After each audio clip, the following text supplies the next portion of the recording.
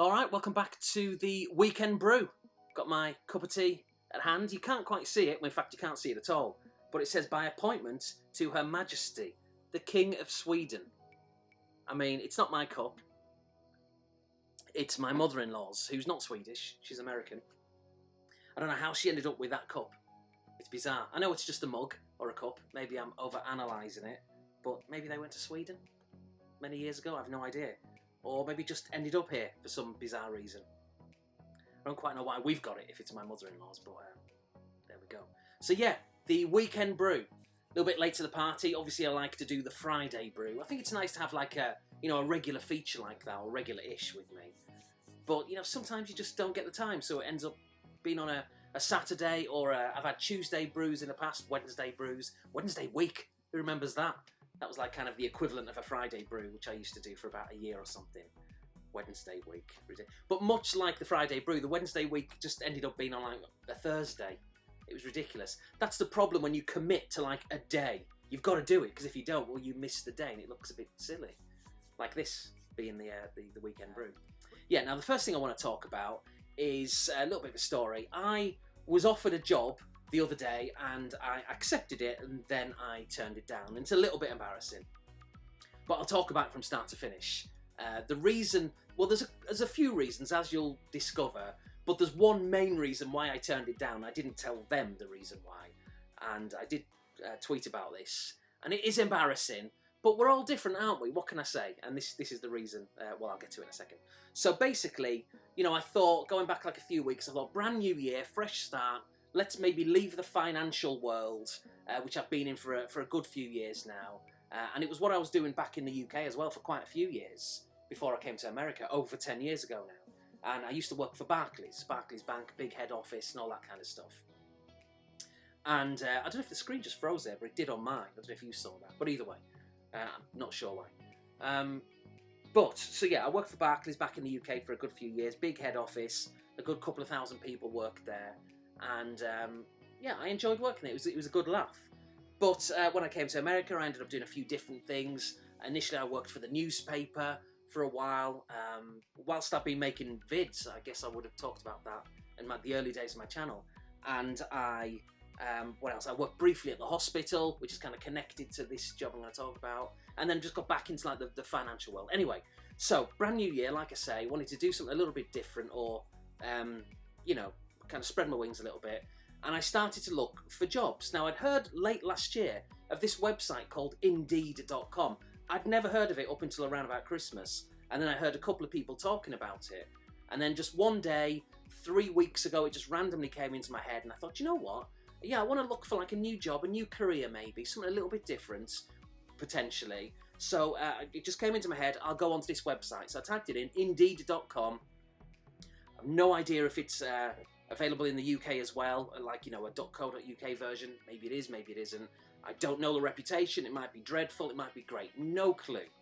Like I say, only heard of it at Christmas. So a few weeks back, as I keep saying, typed in Indeed.com, and straight away I was greeted with like, put in your zip code, i.e. postcode, and your city and all that kind of stuff. So I did that, and then a sub box kind of came up and it appeared and said, how far do you want to travel for your job? And they were kind of in increments of 5 miles, like 30 miles, which is obviously a long distance, 15, 10, and the lowest one you could select was, within 5 miles. So obviously I selected that one because, I'm a bit lazy. I don't want to travel too far. If I could just travel around the corner, great. That's kind of my ideal job, really. So I selected the 5 miles and under. And naturally not too many came up, but a few did. And one of them was just around the corner. It was about 6 or 7 blocks from my house. Walking distance of just under 10 minutes. Amazing. And it was working in the medical field. Like I said, I've briefly done it before. I worked at the local hospital in the medical records. And yeah, I wasn't there too long in the scheme of things, but nonetheless, I did work there. And so it came up, and it was kind of connected to my last job in many ways, a lot of similarities. So I thought, well, I could probably do this. And it had elements of my financial backing or background as well. So I looked at it. There's a few things, of course, in the job description where I was like, I have no clue what that means. Probably not qualified, but I'm going to go for it anyway. What's the worst that can happen? That they don't reply? So what? What have I lost? Or what if I even go to the interview and they discover I can't do it? Well, so what? You know, big deal. I've not lost anything. In fact, I've probably gained something by having that extra bit of experience under my belt for an interview. So even though technically I wasn't quite qualified for this particular job in the hospital or healthcare field, because it wasn't directly a hospital, I thought I'm going to go for it. So it was on a Sunday night.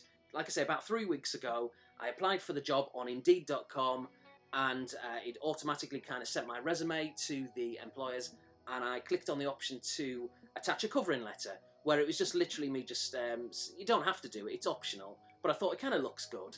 So I just said, look, oh, hi, you know, please find attached my resume, and then just put 2 or 3 lines about me, and that I really want to, you know, get this job, and it's going to be a great fit and all the rest of it. Just basically selling myself, telling them what they want to hear, even if I'm kind of lying through my teeth a little bit. But they don't have to know that. That's the thing about an interview, isn't it? You just tell them what they want to hear. Even if you don't mean it, just get the job. That's all that matters. All that matters at the end of the day, I should say. So anyway, applied for the job on a Sunday night, and on the next day, they called me, and it got off to a bit of a strange start, because she calls me up and said, hi Alex, I've got your resume, thank you very much, would you like to come in for an interview? And I said, oh great, thank you, yeah, it'd be brilliant. And she said, when do you want to come in? And I thought that was a bit strange, because usually the employer should be telling you when they want you to come in for an interview. So she kind of put it back to me, and I went, well when's convenient with you? And she went, well, whenever, I don't mind, when do you want to come in? I thought, oh bloody hell, it just sounded disorganised. So I said, how about Wednesday? Remember, this was on the Monday. I didn't want to do it the next day. I wanted to wait a little bit. I couldn't really just go in, just at the drop of a hat. So she went, Wednesday's fine. I said, great. I said, what time? She went, well, what time do you want to come in? Oh, she's done it again. Put it back to me. I said, 10 o'clock, does that sound good? And she went, yeah, that'd be great. Fantastic. See you later. Thank you very much. Put the phone down. So I didn't want to go in the next day. It was too soon. But what I did on the Tuesday, remember this was on the Monday. So on the Tuesday, I got my suit ready, and I cleaned it. Little tip here for you, by the way. If you've got, not just for suits, but any clothes, but suits in particular, with like kind of suit jackets and trousers, if they've got a bit of like hair on them, or just little bits and pieces, you know, dust, or I don't know why you'd have dust on it, but you might have.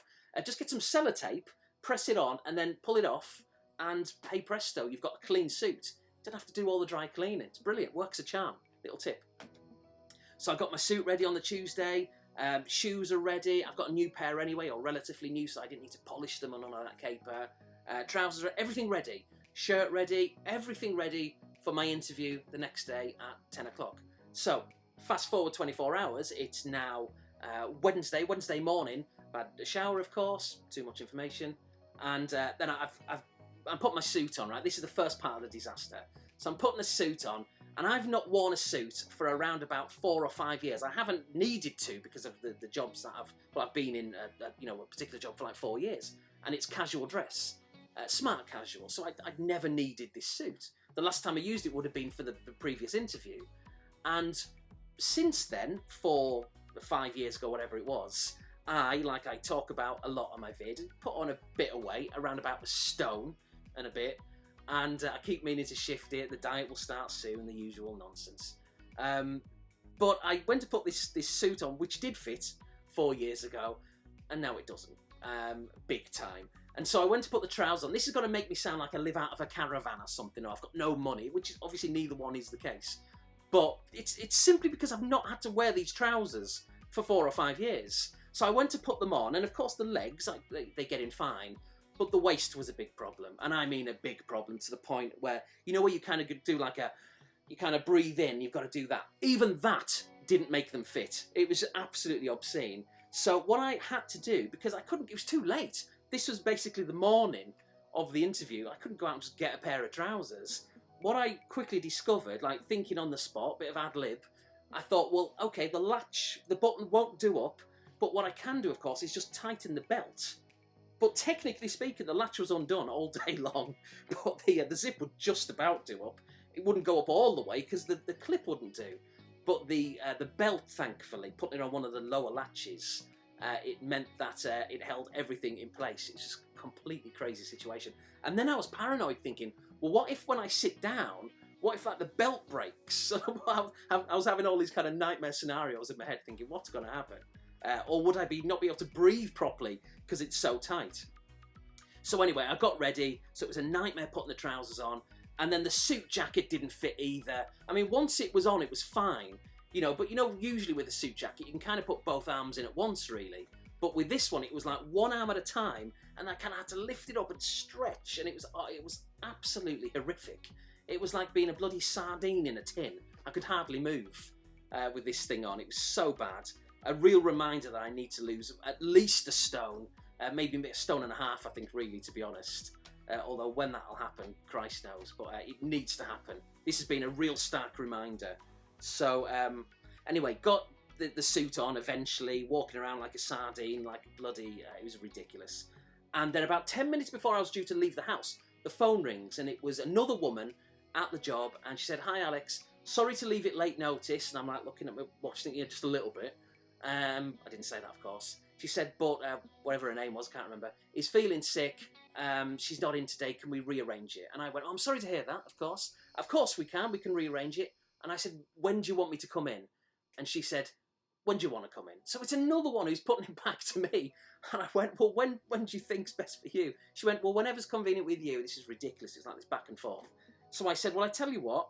She said, I said, "How about," because this was on the Wednesday, remember? I said, "How about Friday?" I said, "Probably best we don't do it tomorrow, because what if she's sick again the next day? You'd have to call me." And it was, "How about we do it for Friday?" And she said, "Not a problem. When do you want to come in?" So again, I had to dictate the time. And I said, "Well, around about 10 again." She said, "Great, not a problem." So I said, let's do it for Friday. And she said, "Okay, brilliant."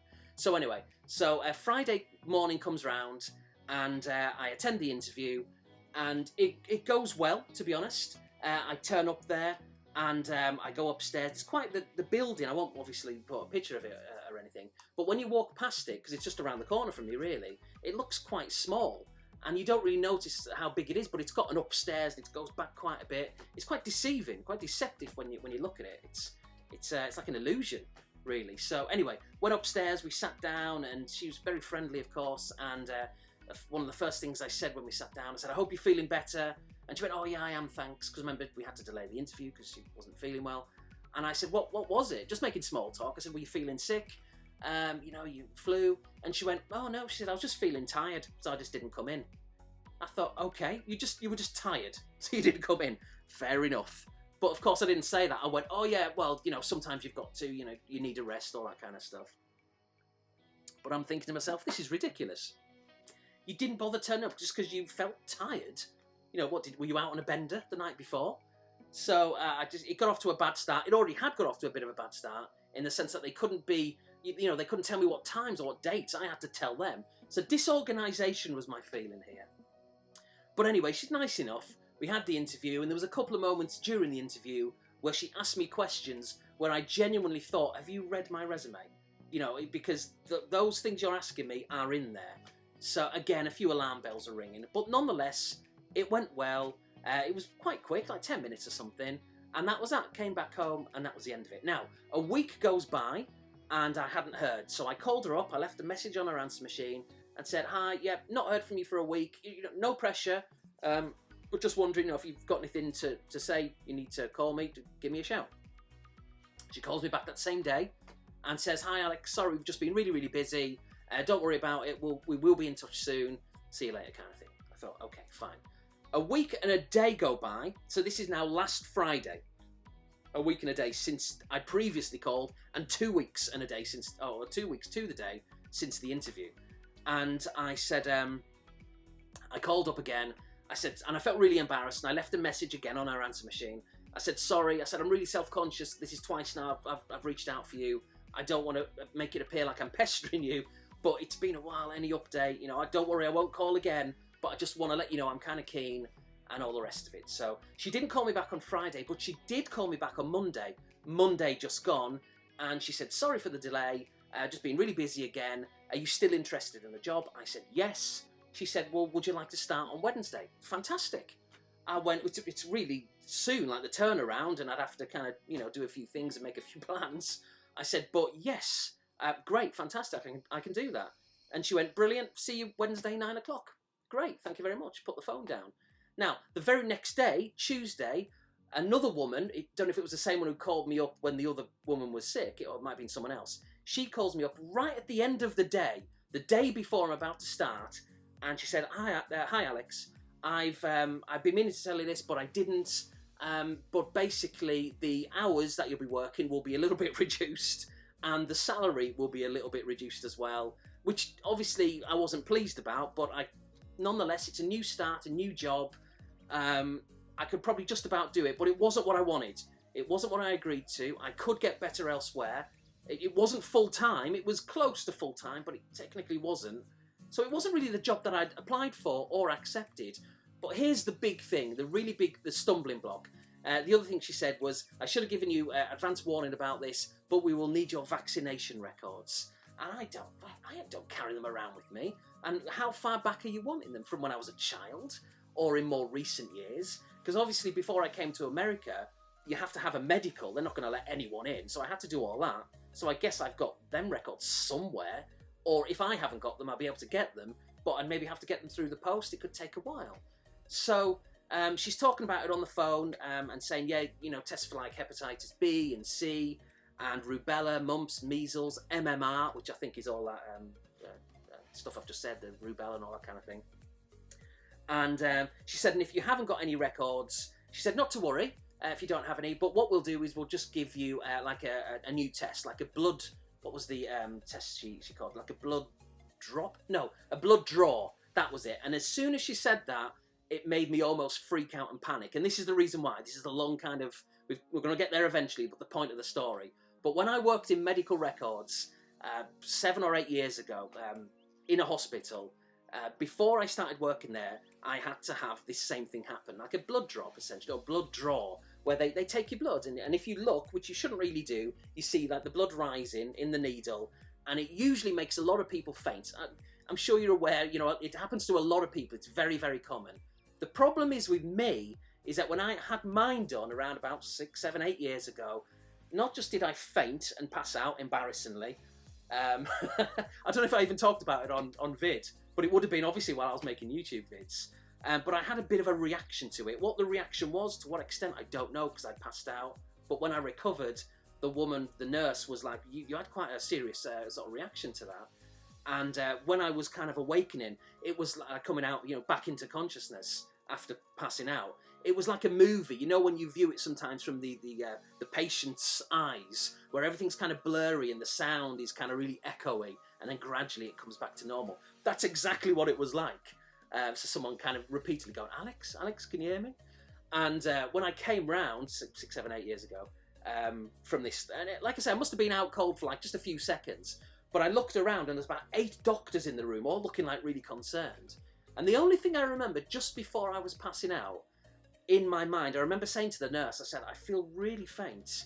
And I remember going, do you? Like as if she was like really surprised. And I remember going, yeah, really faint actually. And then I remember inwardly, in my head, kind of fighting it, vocally in my head, but not vocally out loud, but inwardly saying things like, no, hold on, like don't, have kind of the strength to do it.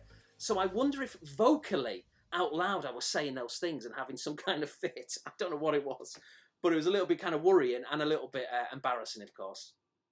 So it was a really bad experience that I had, and I kind of came round, obviously, it was just a few seconds later, they took me through to this other room, and they gave me some crackers with salt and sugar and a vitamin C drink to bring your blood levels back up to the normal, healthy levels. So mine had obviously dropped. Now, I'd not eaten that day at all. My appointment was around about sort of 11 o'clock, lunchtime maybe, and I just thought, for whatever reason, that maybe I'm having a blood test, maybe I shouldn't drink or eat anything. But I think that was a problem. I should have had something to control my blood sugar levels, but I didn't. So they're taking blood out, and so there's no real reserves in there. So I think that's kind of what happened. So the point is, basically, I panicked when she told me that I'd need a blood test. And I thought, I don't want to risk going through that exact same situation and scenario again. And maybe it wouldn't pan out that way. Maybe it would be fine. But it was a bad experience. I didn't enjoy it in the slightest. I felt very queasy for a good few hours afterwards. And of course I recovered naturally, and I ended up working at the hospital for a bit. But I didn't want to go through that again. So the minute she said it, to her on the phone, I was like, oh yeah, not a problem. Yeah, I'll bring that in tomorrow, vaccination records. But I put the phone down and I'm thinking, I don't think I want this job anymore. I mean, I like the job, the sound of it, what I'd be doing was pretty basic, but I do not want a blood test. And of course, she's changed my hours and she's put me on the lower end of the salary. So I just thought about this and I just thought, you know what, I can't do it. But it was the blood draw. That was the one, or the drop. No, I keep saying it. The blood draw. That was the right term. That was the one thing which made me think I can't do it. So I thought about it. I told my wife. My wife wasn't pleased because she went, well, you've gone through all this bloody hassle of seeking a new job. You've applied for it. You've gone to the interview. You've been offered it. You've accepted it. And now you're not going to do it just because you don't want a little injection. But I had a bad experience. And it's my bloody body. I don't want to go through that again. So I just thought, you know what? It's a bit embarrassing. So I'm going to call her up and I'm just going to say thanks, but no thanks. So I did. Now, of course, she never picks her phone up. So it went straight to her answer machine. So I just left a message. I was very apologetic. And I just said, look, I'm really sorry. This is the situation. Thanks. You didn't do anything wrong. But, you know, I didn't mention the blood draw thing. I just said, but really, it's the salary. I was looking for a little bit more, as previously discussed. The hours, I thought it was kind of going to be more full-time. And it was significantly less. It was basically a part-time job. And I just thought, it's not quite right. Thank you very much, but, you know, see you later kind of thing. So that's the situation. I haven't accepted it. Based a little bit on finances and hours, but mainly, or just as much, for the blood draw, which I kind of chickened out of. How ridiculous. So, of course, when you work in the healthcare field, you need this because patients are coming in and you don't want the staff getting sick, you know, with rubellas and mumps and measles and whatever else for that matter, hepatitis. So it makes perfect sense. So it's not just the hospital, it's the whole kind of medical field. If you work in that environment, then you will need, as a member of staff, to have these tests done, and some of them are annual as well. So I completely get it. I'm just not sure I want to do that. It's just a little bit queasy for me. So I think I might just stick to banking. What a banker. Unbelievable. So, yeah, there we go. A little bit ridiculous in the scheme of things. So that's that. Talk far too long about that. Let's move on to what I've been watching. A couple of things in particular. Now, one goes back a few weeks. But I was on Amazon Prime. I was actually looking for a documentary called Sunderland Till I Die. I've got no connections, affiliation whatsoever with Sunderland or Sunderland Football Club, but it's a documentary from last season. It was like a fly-on-the-wall thing, which covered Sunderland getting relegated to the 3rd Division.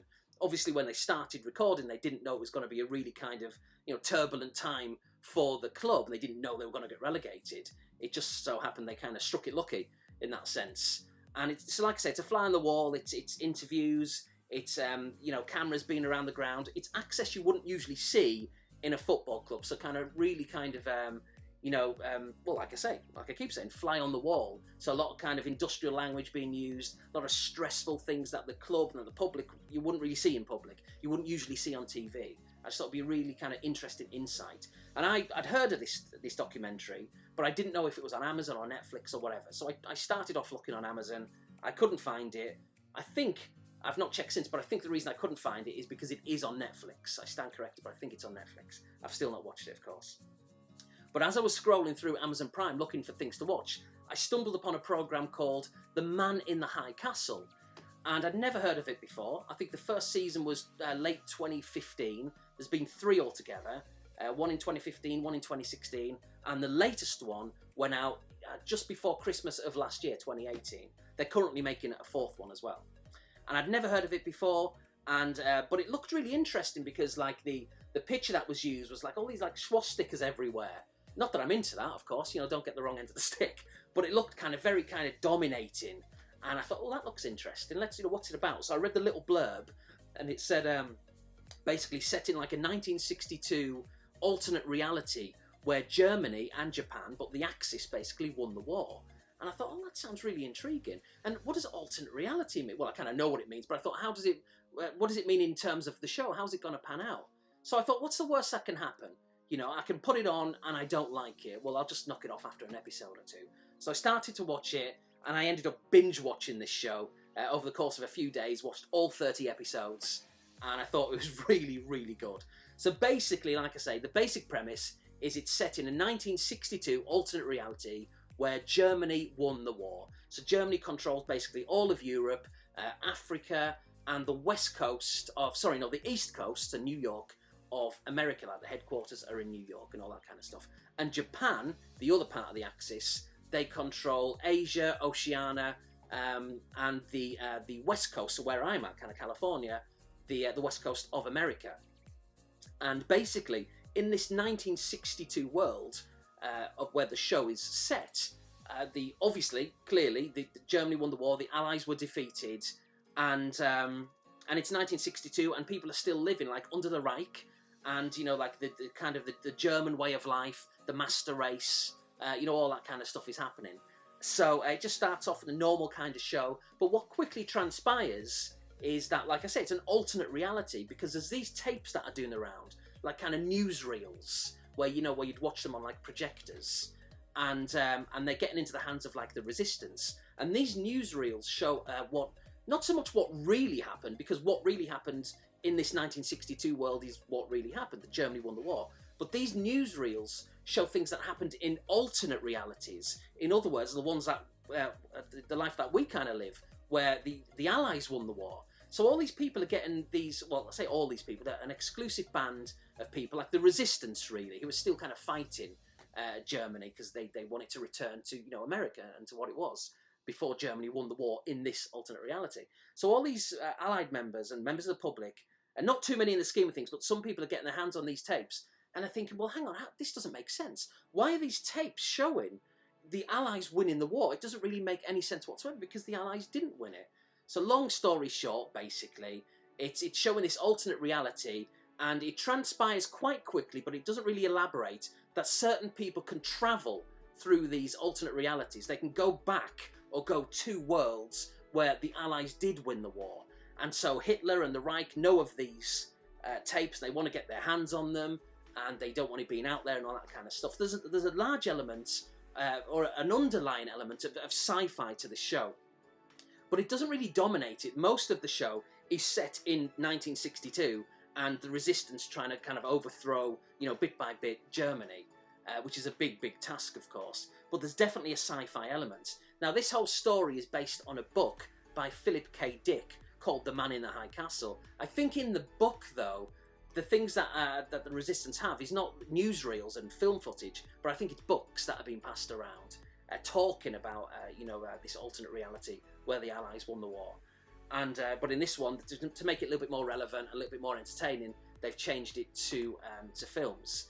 And so yeah, Philip K. Dick also did another book called Do Androids Dream of Electric Sheep, which turned into the movie by Ridley Scott called Blade Runner. And Ridley Scott is also involved in this one as well, so he's clearly a big fan of him. And also Philip K. Dick's daughter, who's kind of in her early 50s now. And he, by the way, passed away 20, 30 something years ago. Obviously must have been very, very young at the time. So, but yeah, his daughter, he's into film, and she's filmmaker, and she's heavily heavily involved in this too, which is a nice little touch with the daughter being involved. So yeah, it's really good. There's a lot of twists involved.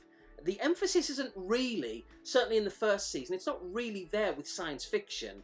It's as the season kind of goes on to season 2, and then certainly by the end of season 3, they're really starting to get into the kind of the sci-fi travelling element. But up until that point, it's very kind of vague. You don't really know a lot about it. You don't really understand how it's happening. You're just given little clues here and there, and you're putting 2 and 2 together.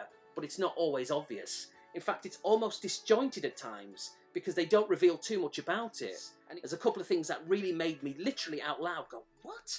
I wasn't expecting that. Season 2 was good, but it was a little bit more kind of reserved, and a little bit slow in places. It got to the point where some people were talking, certain characters, and I was like, oh, I can't wait for this to end. I wanted to move on to the other characters. So, but it wasn't bad enough to want to turn off. It was just a little bit slow. Then season 3 definitely picked up. In season 3, 2 things in particular happen.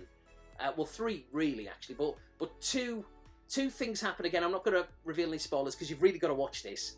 Where once it happened, it literally made me think, I don't believe I've just seen that. I cannot believe it. It was shot. One was so instant. It happened so quick. And it was like, bloody hell. I was not expecting that. The other one I was not expecting, but the scene was kind of drawn out a little bit. And the longer it was drawn out before it happened, I knew something was going to happen. So it wasn't as much of a shock, but it still was. But the first one, it was like, Jesus, it really took me by surprise. Just what happened again, I don't want to say. But yeah, it's really interesting, some of the dynamics. You've got one particular character. He's not the main one, but he's certainly one of them. He's played by Rufus Sewell. I'm looking at a little character list. I know you can't see it on the screen here, because I'd never remember these names if I didn't have it on the screen. Rufus Sewell is a Brit. He plays an American, does a really good accent, a really good job that he does, not just with the American accent, but just the way he portrays the characters. An amazing job, very convincing. And he plays Obergruppenführer John Smith. So like a real kind of high-ranking official who constantly is rising through the ranks as the show goes on. And he's in this really kind of interesting dilemma because, you know, he's protecting his family. A few things happen with his family, again, which I won't reveal. But it becomes this kind of moral issue for him where he's really into the Reich. He wants to do the right thing. He believes in the Reich, but not everything. And ultimately, his family come first. And even if it means doing something against Nazi Germany, if it means protecting his family, then he's going to do it. So he's kind of a good guy turned a bit of a bad guy, but really he's good at heart, I guess, really. He's conflicting views. He's having his conflicting views, and it makes for really interesting watching it. It really does. So a lot of things happen, and that affects his family, his children, his wife, and it's amazing watching this character kind of develop. You know, someone who's really kind of all for the Reich, but bit by bit, he's starting to think, well, even though I want to do this, I can't really do this because of A, B, and C. Very interesting how he does it, and it's very convincing as well.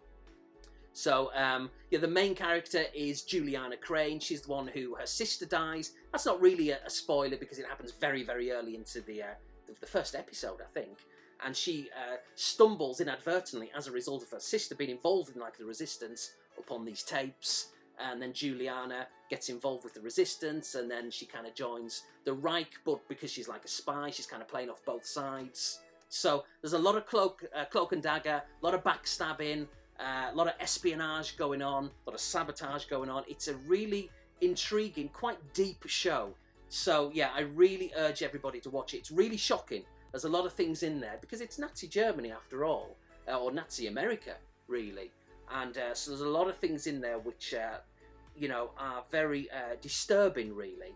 But it's just a TV show, of course, it's not real. So yeah, season 4 is probably going to be on TV, well, Amazon Prime, I reckon late this year, maybe next year. They're currently recording it as we speak. As I speak, as you listen.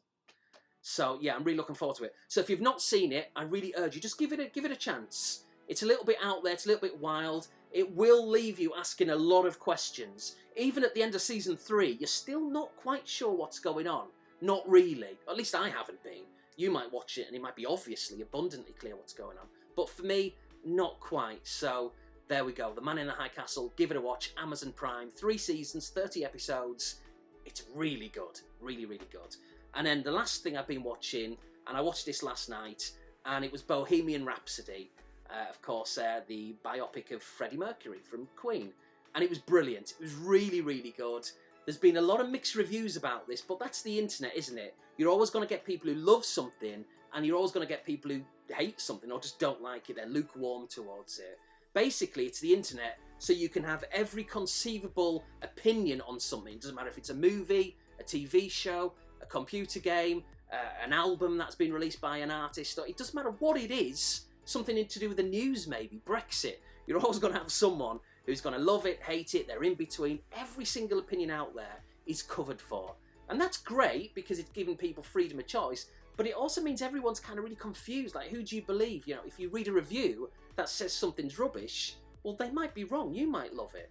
I know that's always been the case, but more than ever now with social media, it really complicates things. So the best thing you can do is just to watch something yourself, and then you can have your own informed decision about it. I think that's the best way to go. Need a swig. So anyway, basically, yeah, I thought it was really, really good. The only thing I will say is because if maybe you're not aware of this, but Sacha Baron Cohen was going to be involved in this. I think, wasn't he going to even play Freddie Mercury? I think that was part of it.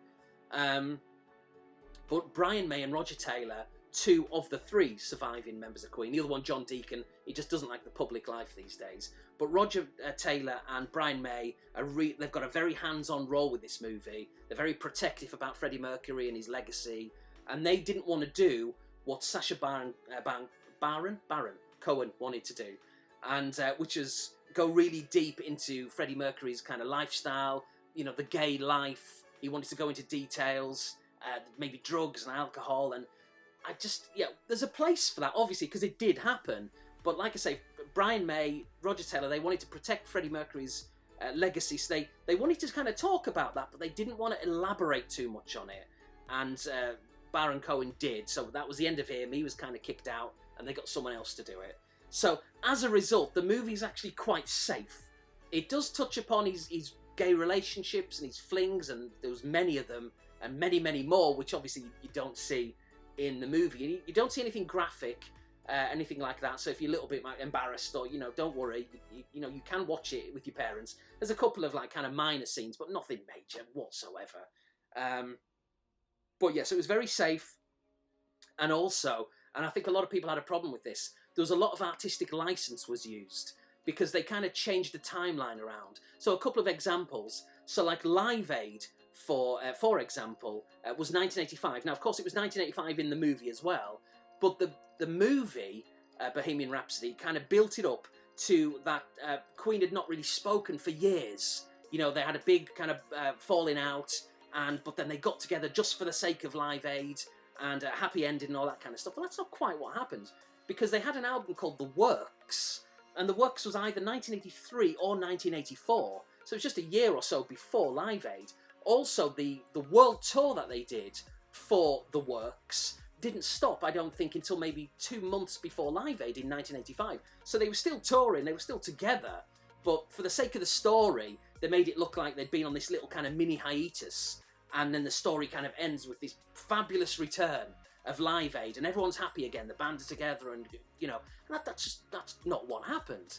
So, but if you can ignore those little details, and there's a few others here and there, like in terms of certain haircuts, if you really want to be pedantic, and Freddie not having a moustache on certain parts of Bohemian Rhapsody, where he did in real life. But, you know, it was just artistic license was being used. So if you can turn a blind eye to that, and some people clearly couldn't, maybe hardcore Queen fans, but if you can turn a blind eye to that, it was really good. I mean, it was 2 hours long, just over 2 hours. So I guess they had to kind of squeeze certain things in, and just for the sake of artistic license, they had to change a few things. I didn't have a problem with it.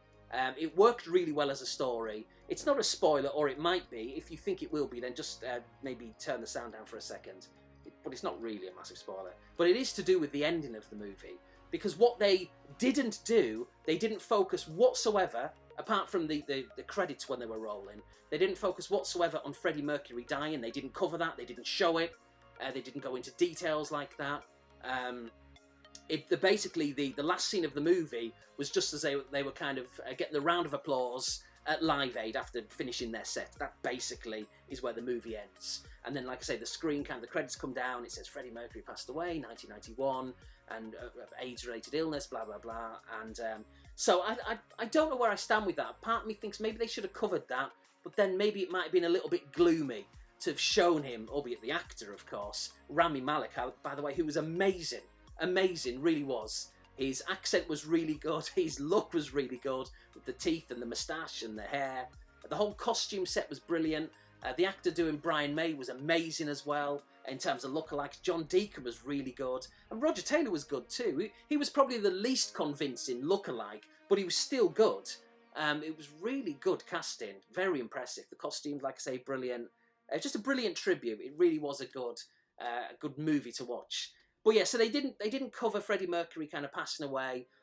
I'm in two minds about that. Part of me kind of thought maybe they should have done that, but would it have been a bit kind of sour and a bit negative? Maybe it was a good idea to go out right at the end of Live Aid, which ultimately was the point of the movie, you know. So yeah, I thought it was really, really good. It just comes down to what you wanted to see as an individual, as a fan of Queen, maybe. How did you want them to portray it? For me, as a casual Queen fan, I'm not hardcore, but I like them, very much like them. But for me, I was happy with it. It's just my initial reaction. I thought, well, maybe that was a strange place to stop the movie. But in retrospect, in hindsight, maybe they did it right. So, and another inaccuracy, speaking of the whole HIV thing, is in the movie, Freddie Mercury tells them He's got AIDS in 1985, I think, not long before they do this Live Aid gig. Whereas in reality, I don't think he even found out until 1987. So, and obviously that's when he told the band. So again, that's a bit of an inaccuracy, or a massive one there. But for the sake, once again, of artistic license, I think they had to do it. So anyway, like I say, if you've not seen it, it's out now, I think, on Blu-ray. It's certainly out on Amazon, not Amazon Prime. It was on Amazon where we watched it, but it was cost like $5 or $6 to stream it. So I didn't mind doing that. So I loved it. I thought it was really, really good. For me, we're talking like an 8.5 at least. It was brilliant. Ignore people who say it's rubbish, unless you thought it was rubbish. If you did, you have to tell me why. Was it maybe because they changed the timeline a little bit? If so, I wouldn't really worry too much about that. Just, did you enjoy it? Was it good? Was it a good representation of Freddie Mercury and Queen? And I think it really was. And like I say, Rami Malek, he put his heart and soul into playing Freddie Mercury. He really did take it on board. He studied him, he really watched hundreds and hundreds of hours of footage, met with the family. It's like he became Freddie Mercury. And yeah, he just seems like a really nice guy as an actor as well. I've watched his interviews, a really kind of likeable guy. So yeah, I've kind of become a bit of a fan, not obsessive, obviously, nothing crazy like that. But I've got to be honest, I'd never heard of him before this. So I've watched a few interviews, and he just comes across as a really nice guy, and someone who has developed this kind of love, really, for Freddie Mercury and Queen in general. So yeah, Bohemian Rhapsody, absolutely brilliant. Check it out, you'll really like it. Now, moving on to what I've been listening to, I did say in my last vid, my next vid will be music related, and of course it wasn't. This one, it's a CD, it's R.E.M, and it's Monster. This came out in 1994, and this was, up until the point where it was released, a really kind of heavy album, and probably, well, I think it's more than safe to say, it was up until that point, and even since, R.E.M's heaviest sounding album. A lot of distortion on the guitars, it's a very murky record, a lot of deep topics and subjects being talked about. I think during recording of the album, two of Michael Stipe, the singer of course from R.E.M, two of his friends passed away. One of them was River Phoenix, the actor, and the other Kurt Cobain, the singer of course from Nirvana. So he took those kind of tragedies in his own personal life as well into his songwriting, and he wrote Bang and Blame about River Phoenix, I think, and Let Me In was written about Kurt Cobain. And that song actually uses one of Kurt Cobain's guitars. So that's kind of an interesting little fact, I guess, for you there if you care. I think Peter Buck, the guitarist from R.E.M, he had to restring the guitar because Kurt Cobain was left-handed and Peter Buck is right-handed. So they had to kind of switch it up a little bit. And yeah, but ultimately it was still the same guitar that Kurt Cobain used, which added to the eeriness of the song about Kurt Cobain. So yeah, some really kind of classic songs in here. What's the Frequency, Kenneth? Which is very kind of radio friendly. It's the one which instantly sticks out as, typical R.E.M. It's got a very kind of pop vibe to it, and rock as well. More like sort of alternative. But the rest of the album really, or maybe Star 69 is a little bit similar, a little bit kind of glam rock in parts, glam rock-esque. But the rest of it is kind of very kind of dark and deep. Strange Currencies is basically Everybody Hurts Part 2. It's the same kind of song. Crush with Eyeliner and King of Comedy remind me of something like David Bowie would have done. Again, very kind of glam-esque to a degree. Even vocally, very similar to David Bowie. So yeah, it's a really good album, but quite dark. And I don't think they released another album as dark as this up until they split up, which was, 2011, give or take? I'm surprised they haven't got back together, actually, R.E.M, because they're a massive band, of course, but I guess Michael Stipe just had enough, and maybe that day will never come. Who knows? I guess time will tell, but I'd like to see it. But we'll have to wait and see. And then last but not least in terms of the vid, we're going to talk a little bit about what I've been playing recently. So the first one we're going to start off with is a game that, even though technically I've been playing it for about 5 minutes. That's all. So I can't really elaborate, but I will do in the future. But nonetheless, I'm going to show you and I'm going to talk a little bit about it. But not too much at all. And the case is absolutely manky. It really is. I'm going to clean it up a little bit. But that's what happens, isn't it, when you buy it from people on eBay? They don't take care of things. It's a PAL game for the PlayStation 1, which I bought in America. And it usually goes for around about sort of 25 to 30 quid, give or take. But because I bought it in America, and it wasn't on eBay UK, I got it for $12, which is about sort of £14, give or take. So I was really pleased with that. And it's called Breath of Fire 3. So there's the spine, of course. So it's an RPG. I'll put maybe some screenshots on the screen so you obviously can't work out what that is. I don't know, why do we always do that? It's like, you can't bloody read it, you can't see it. But just naturally we just do it, don't we?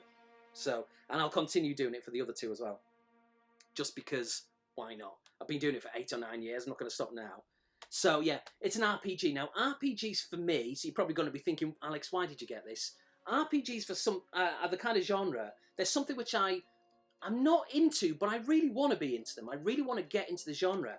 The problem I find is that, certainly in the past anyway, is that what I like is I like that instant gratification. I'll put on a football game, I'll put on an arcade shooter, I'll put on a platform game, I'll put on anything which basically can give me that instant gratification of 5, 10, 15, 20 minutes, and then I can turn it off and then I'm done with it. Whereas something, of course, like an RPG, you put these games on, you don't put them on for 5 or 10 minutes, you put them on for like 2 or 3 or 4 hours at a time. That's the kind of games they are. And you can be playing them for 50, 100 hours, and sometimes even that is just scratching at the surface. They're really deep, they're engrossing, they're involving, you know, they're really immersive. So it doesn't give you that instant gratification. You've really got to work for it, you've got to grind. And the thought of that is actually quite appealing to me. But putting it into practice, I can never be bothered. But as I get older, I am starting to really want to, at least. That's the first hurdle, isn't it? You want to get into something. And I'm starting to really want to get into this genre.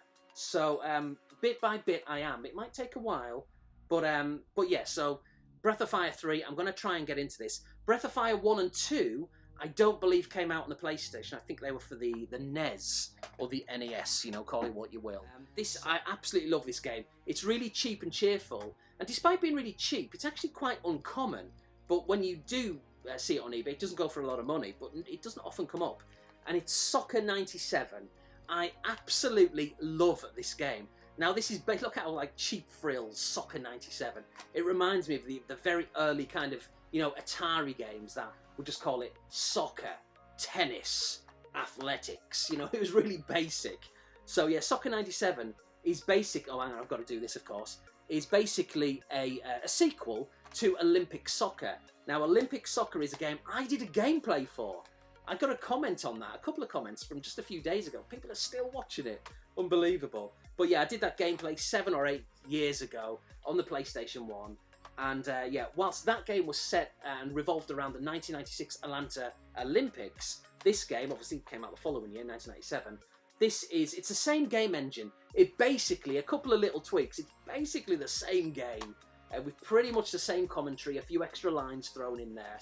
But it is so funny. The graphics are rubbish. I've probably already started doing it. Well, there'll be more screenshots now. The graphics are very, very poor. That kind of 3D vector look.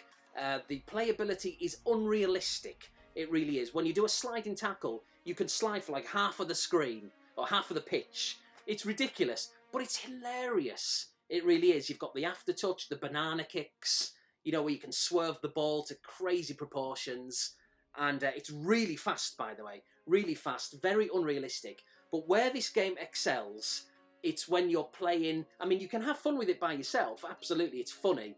But where it excels is when you're playing with a friend, multiplayer. But old school, obviously, where you're in the same room, sitting on the bed, on the couch, on the floor, whatever it is, like I used to do with my friends. And it is so funny when you're sliding people down, you're hacking them down, and you're getting away with it. You're not even getting a yellow or red card or a foul. It's just so funny. So, playability is kind of unrealistic, and it's not great, but it's funny. And that's what gaming's all about, isn't it? It's just about fun and enjoying yourself. So if you want a fun experience, highly unrealistic, Soccer 97. As I say, it's quite hard to get hold of. It's uncommon, but when it does appear, it doesn't go for a lot of money. And then finally, we're going to talk about this, Switchblade 2. This is for the Amiga. I've always wanted to play. I don't think I have. If I did, it was very, very brief. I've always wanted to play and own the original Switchblade, but that differs vastly to this game in terms of the graphics. It's so primitive, the first game, compared to this. But it's essentially just an arcade side-scrolling platformer, action platformer, and yeah, similar in style in a way, I guess, to Strider, if anyone remembers that. I love the vibrant colours as well, very kind of warm and engaging. And it really takes me back, this cover. I'm so nostalgic for it, like I am for many, many Amiga and Atari ST games. So yeah, I'm really enjoying it. I played it before, I played it as a kid, so it's not like I've just got it for the first time now. But yeah, it came out in 1991. I absolutely love the Gremlin logo as well. That's another right at the bottom there. That really takes me back. Very nostalgic. And there you go. If you need to see the Commodore Amiga, I don't think you needed to see that, but you've seen it anyway. So yeah, action, shoot 'em up, side scroller, platformer. Yeah, it's really good. The first level's very straightforward. The second level's a little bit more problematic because you've got a lot of kind of elevation on there. You've got a lot of ladders to climb up or to climb down. A lot of different levels. It's like a maze. It's very easy to get lost. A lot of different kind of enemy variants as well, which is nice to see. It's not just the same things that you're shooting. There's these spikes that can appear randomly, which will drain your energy. They'll appear on the floor as you're walking. I say randomly, they're in the same place all the time, but if you're not expecting it, then obviously it takes you by surprise and it will drain your energy. So then you've got to pick up kind of health pickups. Conveniently, there's pizzas and food and drink lying around. Bit odd, isn't it, how that happens? But it's just a game, obviously. So you can eat your pizzas and your health goes up and you can pick up the weapons and the power and all that kind of stuff. So yeah, I really like it. It's very challenging. Level 2 in particular, it's not that it's difficult, but it's just a maze, and trying to figure out where you're meant to go can be hard. There's a lot of breakable walls as well, so they can uncover secrets and extra lives and all that kind of stuff. Typical kind of old school values in games, where you've got to work for it, you've got to go out of your way. Your hand isn't really held in this game, like it wasn't in many games back in the 16-bit era, and I really like that. I miss that, really. You know, in a lot of modern games, it tells you what to do, it prompts you what to do. Even sometimes it will say, after, you know, you've died 3 or 4 times, it'll be like, do you want to skip this bit? Do you want to move beyond this bit? And it's like, I don't want to do that. Well, maybe sometimes you do if it's too hard. But I want to do it myself. I don't want to be prompted. And old school 16-bit in particular games did that, and that's why I keep going back to it. Well, that and nostalgia, of course. So yeah, Switchblade 2, I'm really liking it. I've only got so far to, I think, the 3rd level, maybe the 4th. But it's really good. I don't know how many levels there are. Maybe I finished it as a kid, maybe I didn't. I honestly can't remember. But I'm really liking it. So anyway, it's went on for a little bit longer than I was meant to make this vid, of course. What do you expect? But nonetheless, at least it's shorter, I should say, than 1 hour, 20 minutes. Maybe next time. It's a work in progress. It's a work in progress. I want these videos to be around about 30, it's not going to happen, is it, to 45 minutes. And hopefully as well, that way, it'll make me do them a lot more regularly. I'm not going to say every week or every other week, but more regularly. So thank you for watching. And my next vid, hopefully, will be a music vid. I say hopefully. If it is, it is. If it isn't, it isn't. But it will be soon. Thank you for watching. And until my next vid, see you later.